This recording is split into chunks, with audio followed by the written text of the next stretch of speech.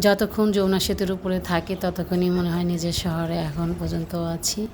আসসালামু আলাইকুম এভরিওয়ান, কেমন আছেন সবাই? আশা করি সবাই ভালো আছেন, সুস্থ আছেন। আলহামদুলিল্লাহ আমিও ভালো আছি। চলে যাচ্ছি নিজের শহর রেখে। নিজের শহর বলে ভুল হবে, নিজের শহর ঢাকা শহর আমার নিজেরই, কারণ দুইটা জায়গাতেই আমার বাড়ি, কারণ দুটোই আমার অনেক প্রিয়। তারপরে জন্মস্থানের টানটা সব মানুষের অন্যরকম থাকে, ইচ্ছে করলেই ভোলা যায় না। তো আমরা যমুনা সেতুর উপর দিয়ে যাচ্ছি। এই যমুনা সেতুর উপর দিয়ে কিন্তু এখনও ট্রেন চলাচল করে। আমার কাছে কিন্তু ট্রেন জার্নি সবসময় অনেক ভালো লাগে, কিন্তু আমার যমুনা সেতুর উপর দিয়ে ট্রেনে চড়তে প্রচণ্ড ভয় লাগে। আমি যতবার বাবার বাড়িতে গিয়েছি বা ঢাকায় এসেছি ট্রেনে, আমার খুবই ভয় লাগতো, প্রচণ্ড ভয় লাগে। আমার কাছে মনে হয় সেফ মনে হয় না, আমার কাছে খুবই ভয় লাগে।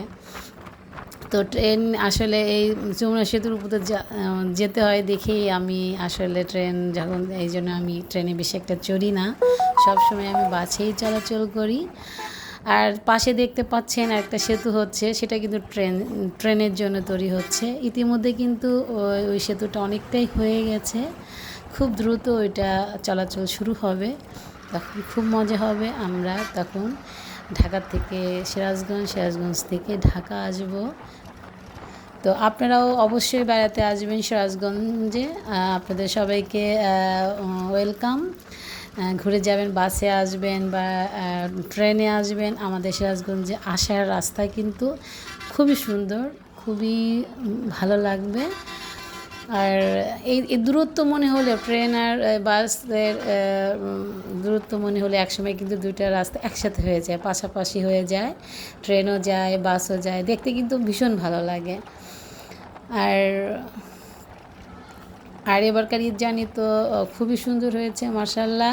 ইতিহাসে এরকম ঈদ জার্নি আমি কখনোই করিনি, বেশ ভালো লাগলো।